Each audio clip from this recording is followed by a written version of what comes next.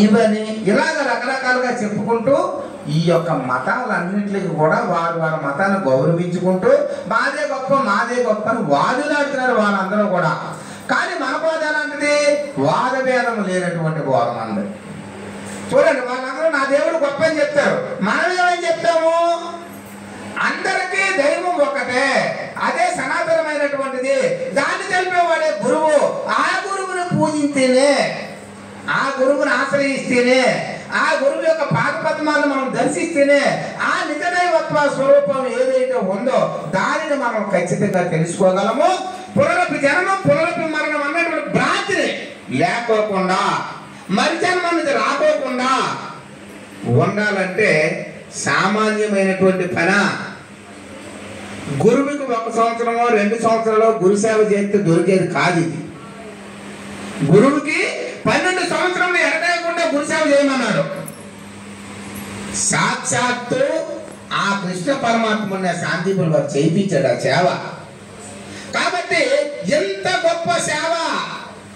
దురంధరులైనటువంటి వారు ఎవరున్నారు నాయన అంటే వారందరూ మహాత్ములు అందరూ కూడా అలాంటి గురుసేవనే చేశారు.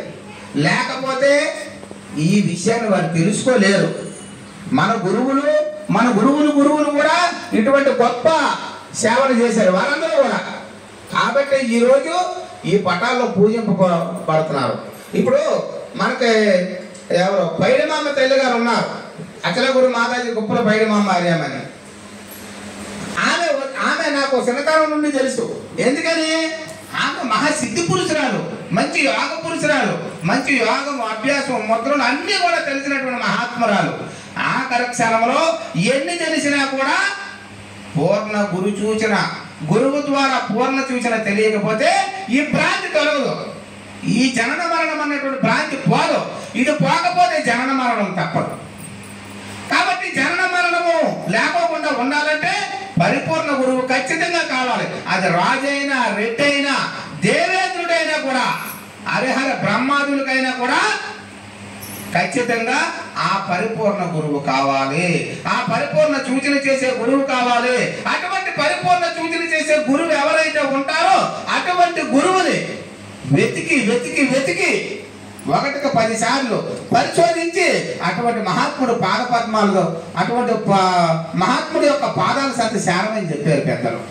చూడండి, మనకు శివరామ దీక్షితీయంలో కూడా చెప్తాడు, చక్కనైనటువంటి గురువు దొరికితే ఆ గురువు గారి యొక్క నడువళ్ళు అన్ని కూడా తెలుసుకొని ఆ ఊరు, ఆ గ్రామ ప్రజల చేత వారు మంచివారా, వారు ఆచరణ పరులా, యోగ్యులా అని చెప్పి విచారణ చేసి వారందరితోటి కూడా అవగాహన పంచుకొని ఓ మంచివాడైతే అటువంటి వాడి స్నేహం విడవద్దని చెప్పాడు.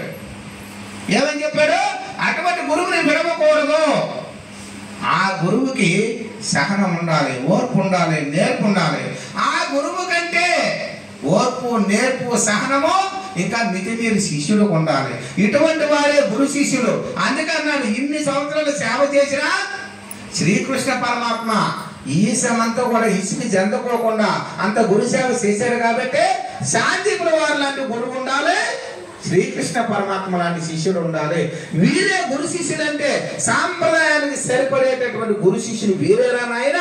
ఇటువంటి మహాపురుషులే ఈ యొక్క పరిపూర్ణ పరబ్రహ్మ స్వరూపం అనేది ఏదైతే ఉందో అటువంటి గురు సూచనని చక్కగా తెలుసుకోగలరు అని చెప్పి చెప్తాడు ఆయన. ఎందుకని అంటే ఆయన నేను ధనవంతును, గుణవంతును, నేనేమో దైవ స్వరూపుణ్ణి అని అనుకుంటే ఇన్ని సంవత్సరాలు శాంతిపుల వారి దగ్గర సేవ చేయవలసినటువంటి అవసరం లేదు. కాబట్టి ఆయనకి ఏం కావాలి? ఎన్నున్నా అవన్నీ కూడా అనవసరం. నాకు కావలసినటువంటి ఈ పరిపూర్ణ పరబ్రహ్మ స్వరూపం అన్నటువంటిది ఏదైతే ఉందో అది ఒక శాంతిపుల వారే తెలపగలరు. కాబట్టి ఆయన యొక్క పాద పద్మాలను నేను దర్శిస్తే నాకు కావలసినటువంటి యొక్క దైవ దర్శనాన్ని ఆయన చేయించగలుగుతాడని ఇంత కష్టపడి ఎంత భక్తి పరవశంతో ఆ గురు సేవ చేసుకొని ఈరోజు స్థాయిగా ఆ గురు శిష్యుల తాలూకా కీర్తి ఈ ప్రపంచంలో నిలబడిపోయింది. ఎందుకని అంటే ఏ గురువు శిష్యులైనా ఒకటే. ఆ గురువు శిష్యులు ఈవేళ ఈ తను ఉన్నంత వరకు కూడా, ఈ గ్రామం ఉన్నంత వరకు కూడా ఆ పైడిమామ భార్య మన యొక్క కీర్తి అలాగా ఉంటారే ఉంటారు. అది ఈమెతో పోతుందా? అది శిష్య ప్రశిష్యులు అనేకమైనటువంటి విధాలుగా ఇలాగ పరిగెడుతూనే